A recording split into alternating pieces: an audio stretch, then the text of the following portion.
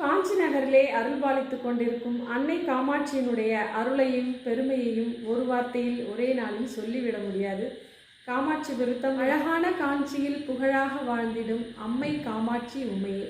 இந்த பாடலில் பார்த்தீங்கன்னா, குழந்தை எப்படி பிறந்தாலும் அதுக்கு புத்திமதி சொல்கிறது இல்லையா, அது பேயா இருந்தாலும் பிசாசாக இருந்தாலும் அதை ஆசையோடு வளர்க்கறது இல்லையா. குழந்தையோடு சேர்ந்து நம்மளும் நடுரோட்டில் விழும்போது சில நேரங்களில் அப்படி தான் ஆகிடும். குழந்தைங்க விழும்போது நம்மளையும் சேர்த்தே கொண்டு போய் நடுரோட்டில் விழ வச்சுருவாங்க.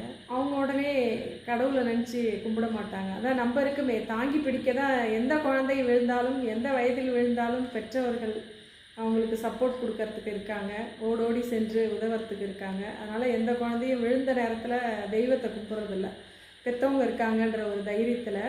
காயங்களை விட அவர்கள் பட்ட வலிகளை விட நம் மனதில் தான் அதிக காயங்களும் வலிகளும்.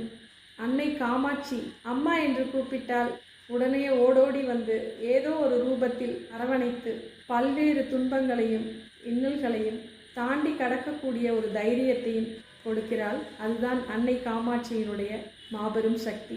பல்வேறு இன்னல்களிலிருந்தும் இழப்புகளிலிருந்தும் மீண்டு வருவோம், மீண்டும் வருவோம். விருதாச்சலத்திலிருந்து வேம்பு கதிரவன்.